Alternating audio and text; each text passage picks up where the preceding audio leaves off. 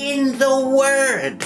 If crucifixion, you've got the word fiction is in the word, meaning it is right there in front of our eyes. The crucifixion is a fictitious story to do with the journey going round and round the sun. So my question now is, who changed the story? Who changed all of this thing from the allegorical to the literal? Do you believe in the crucifixion of Christ?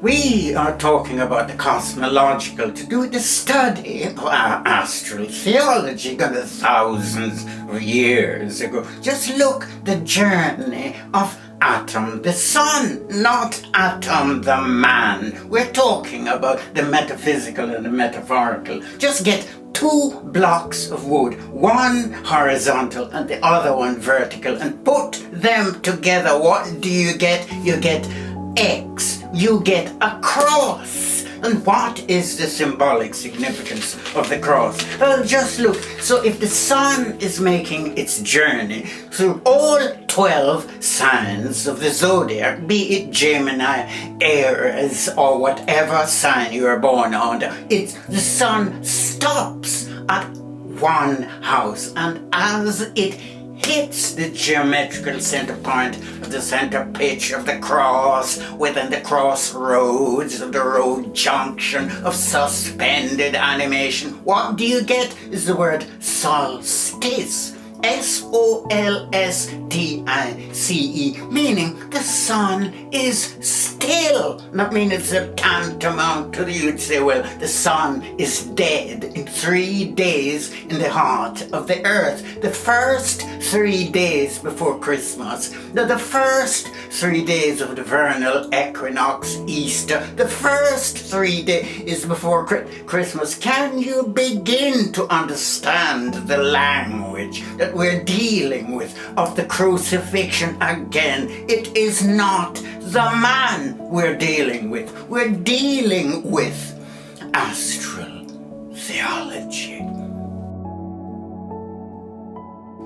Then again, if you're going to be talking about allegorical, we're going to be talking about any stretch of the imagination that gives you the chance now to make up the choreography for a dance, for the whole retinue. You can make up a poem, make up a song, make up lyrics in order to give some kind of credence to what you're trying to say. For instance, so in the word, if crucifixion, you've got the word fiction is in the word, meaning it is right there in front of our eyes. The crucifixion is a fictitious story to do with the journey going round and round the sun. So my question now is, who changed the story? Who changed all of this thing from the allegorical to the literal story of the crucifixion? Who did? I'm about to say here and now. There is a Roman aristocrat called Piso, P-I-S-O, and his real name is Piso Calpurnius, because he married into the Julius Caesar family. The girl was called Calpurnius. He changed. This has been going back thousands of years. What are we going to do about it? Whilst considering the implications of things that have been happening in the stars, we nearly forgot what is happening down on the earth below, because here we have got the crucifixion as a symbol of a mystery play from out of the mystery schools of the New Testament literature. Equates us with a place called Tarsus, acquainted with St. Paul.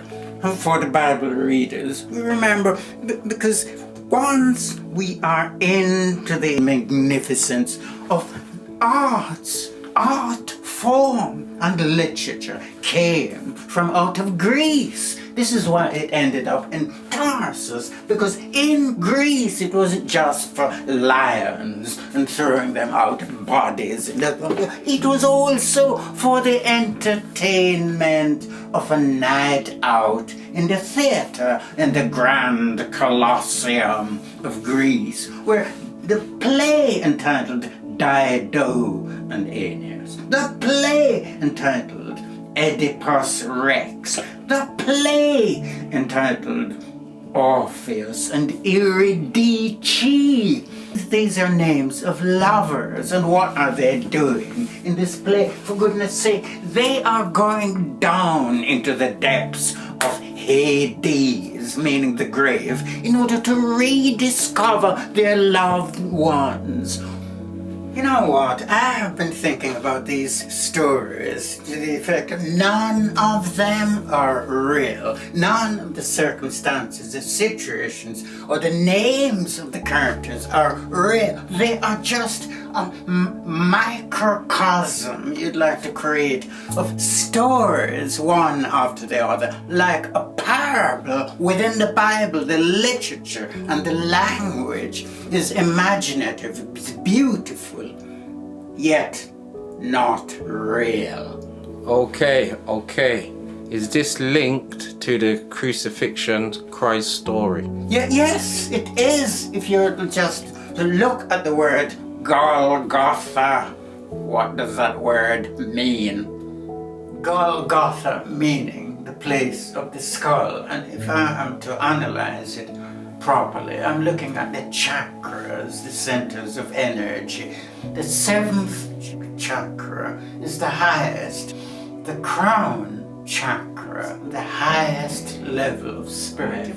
You're going to be uplifted in the chakra, whereas the lowest of the lowest will color red, meaning we're dealing with the physical. For further researches into the allegorical, one would best be advised to acquaint oneself with the local bookshops or national ones, or perhaps Google some of the books, particularly this one entitled Historical Origins of Christianity by Dr. Walter Williams. He has been one of the, I'd say, the most informed of all to do the allegorical. Also, it gives me great pleasure to introduce one of the motivational speakers of every age, perhaps over the last 50, 60, 70 years, is none other than Dr. Yosef Ben Yohanan. He has, for the past 10 years now, been resting with the ancestors. We give thanks for him. Do look for him in terms of videos and books and, of course, speeches. Finally, let us not forget Betty Kovacs.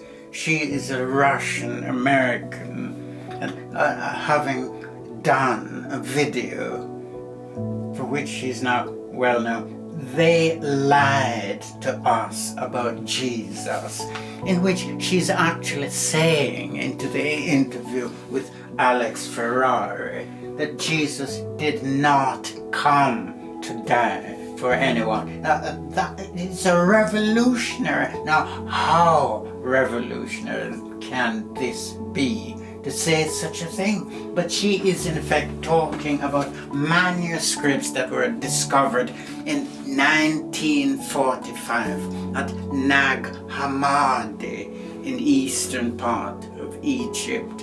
The Nag Hammadi literature is telling us that Jesus Christ came in order to remind us of our own sovereignty, the wherewithal to raise the level of our vibrations. We could become as gods, St. John 8. That we are gods, meaning that we are endowed with the wherewithal to raise the levels of our vibration.